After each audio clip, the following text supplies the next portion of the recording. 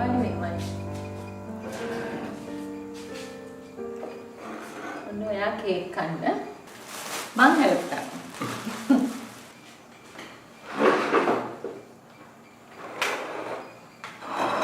දැන් අක්කා ගොඩක් මහන්සි වෙලා. Thank you. කෙනෙක්ගේ මහන්සියට රෙස්පෙක්ට් කරන එක ලොකු දෙයක්.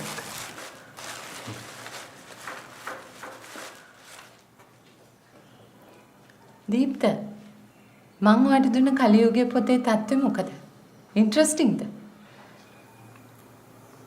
ඒක තාම කියවනවා අක්කා. කලියුගයේ ආස කාටද? හැම චරිතයකටම වගේ ආසයි. අනුලා, අයරින්, ඇලන් මට තේරෙන්නේ නැහැ ඒගොල්ලෝ ගැන.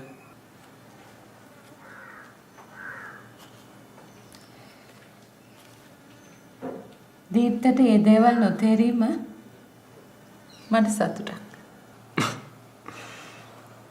අපේ ඉස්කෝලේ සර්ලා මිස්ලා නම් කියන්නේ නොතේරෙනවා කියන්නේ මෝඩකමක් කියලා. ඒත් ඒක අක්කට සතුටක් වෙන්නේ කොහොමද?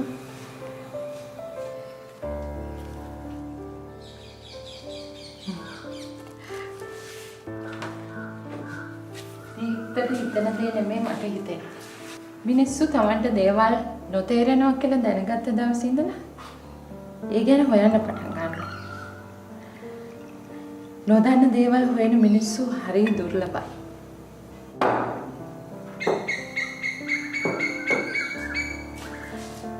කලියුගයේ පොත දීප්තගේ ජීවිතයට හුඟක් දේවල් එකතු කරලා දීප්ත